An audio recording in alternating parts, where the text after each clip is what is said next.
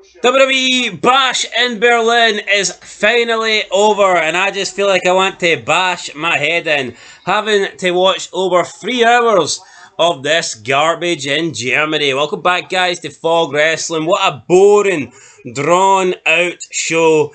And that's without even seeing the first match. Yes, we didn't get to see the first match. We thought the show started at 7 p.m. UK time. It was actually 7 p.m. German time, and there's an hour difference. So thankfully, we missed the first match and most of the second match, so I'm not going to complain. But we will talk about, obviously, Cody Rhodes, Kevin Owens, because why wouldn't we? Why wouldn't we, of course? But you know what? It was a calculated decision. We thought it was 7. Deep down, I knew it was 6, but I still went with 7. Because I know, they announced that match was kicking off the show. So, no. I'm telling you, why would I sit there and sit through that match? So what you're saying is you purposely didn't tell me that it was starting at 6? I did suggest I thought it was 6, because I mean, if SmackDown was 6, why would the pay-per-view be 7? You know, but it doesn't really matter at the end of the day. It's a very good point, that. Yeah, no, it is a very good point, but reality is, right, what did we miss out on? A predictable 40-minute match. Yeah, I mean, that's half a tag match I couldn't give a fuck about. Well, that seems to be what happened. Kevin Owens, Cody Rhodes. Like, I can't sit here and say whether it was good or not, but it's just a waste. Come on, why is Kevin Owens even getting a title shot? Why was he even here? Fat Boy KO. See, when the story is Kevin Owens saying I don't deserve it, then you don't have to tell us. I mean, writes itself. No shit. No, but that's literally been the story has been Kevin Owens saying I don't deserve this shot. And he's right. Yo, that's not him being, what do you call it? You know what I mean? But that's not him being, like, sincere. He is actually being sincere. No, I know. He's legit telling the truth here. He doesn't deserve it. He's not playing it down or whatever, you know, trying to not be arrogant or whatever. He legitimately is, you know, telling the truth. He ought to deserve this. No, he has done. He ought to deserve this. And the fact that they're actually he's burying himself having a title shot tells you all you need to know. Yeah, just a really, you know, crappy match if you ask me. I mean, that makes Rhodes look like, well, you know what? Yeah, Owens, you don't deserve it, but that's an easy title defense for me. Thank you. How bad though has this Cody Rhodes title reign been? Awful. I mean, it's just been match after match after match against an opponent that you just knew that wasn't going to win. I mean, who's had the biggest chance of beating him? Probably Solo Sikoa, but you just knew he wasn't going to win. That fake-ass tribal chief. No, I know. No, I mean, at least with Damian Priest, you felt like every title match he was in felt important. No, absolutely. Maybe other than the Jey Uso one. Which is more about Jey Uso. But yeah, this Cody Rhodes one, it's been pretty damn crap. We then move into the women's tag team match, and Jade Cargill and Bianca Belair win the belts back. I mean, why? I don't really know.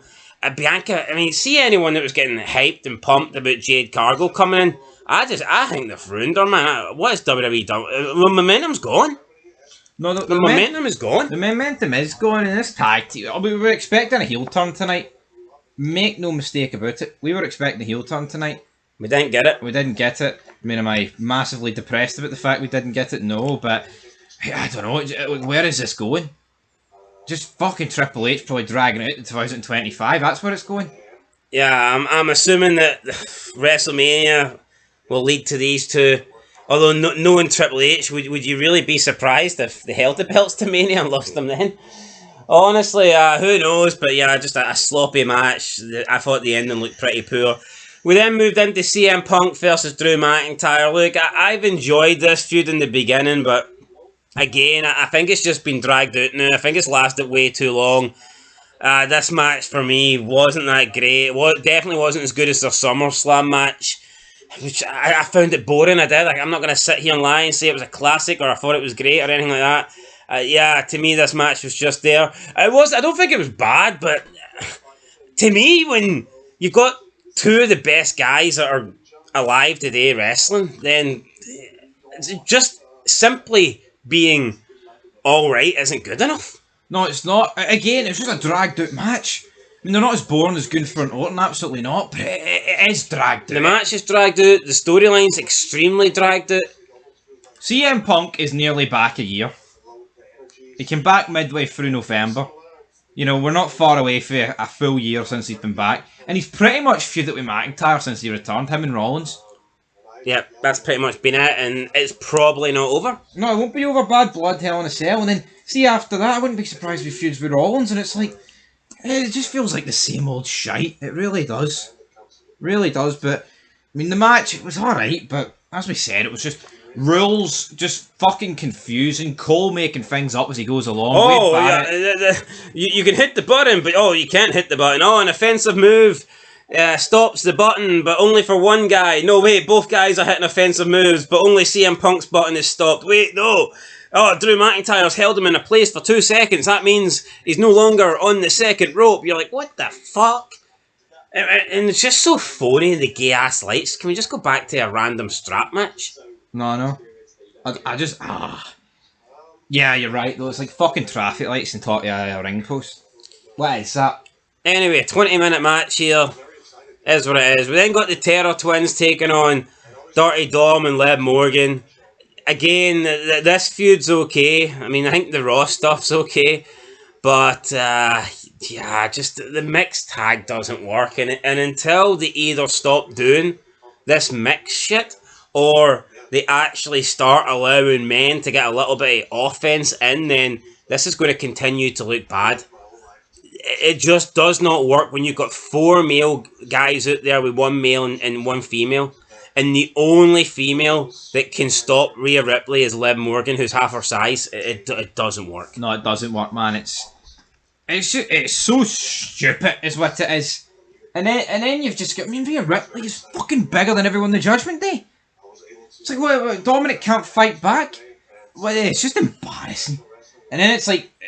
It's 5... But I remember when Rhea Ripley took on Akira Tozawa, and like she actually took some damage via missing moves. Why can't they even do that? No, you're right. Like, why can't Dominic counter the Riptide and like push her into the turnbuckle or something? Yeah. I don't even think Dominic's like... I think the only thing Dominic can do is move out the way and allow Rhea's natural momentum to take her into something. I don't even think he can give you a little helping hands in terms of a push. No, it doesn't That seems to be the situation that we're in now. Doesn't look like that. Like, it's fucking insane, man. No, it is insane. And people eat this up. No. How phony does it look, though, when you've got the 5 people out there, but 4 of them can't do anything to Rhea? And see this feud? This is going to continue through to Mania. Probably. Fucking Mania, we're in August. September, whatever. Oh. I mean, Bad Blood. This should just happen. It should be Rhea versus Liv at Bad Blood, and that's the end of it. No, I agree. That should be it. That as simple as that, man. Priest against Balor. Why not? Because that's the head of the table of the Judgment Day. And then we've got our main event, everybody. Let's move on, because the nipples. Randy Orton. Good for shite. Randy Orton got big nipples these days. He put on 20 pounds. He big. My nipples are not as big, but they're ripe. CM Punk leaving the arena with pink sneakers on. Ugh. Thoughts on it? I'm talking about the show. Shat my pants. It's that bad, man. It's bad. Anyway, Gunther, this match was boring. Randy Orton dominated the entire match. How slow was the stuff on the outside? The back suplexes. Orton smashing Gunther off the steps and then walking away for 5 minutes, walking 1 mile an hour, coming back suplex through the table, Orton just walking 1 mile an hour again, ref, no DQ, for some reason not disqualifying anybody. Orton just completely dominates for like half an hour at least, and then Gunther out of nowhere locks in the submission and wins the match. You know, just extremely boring.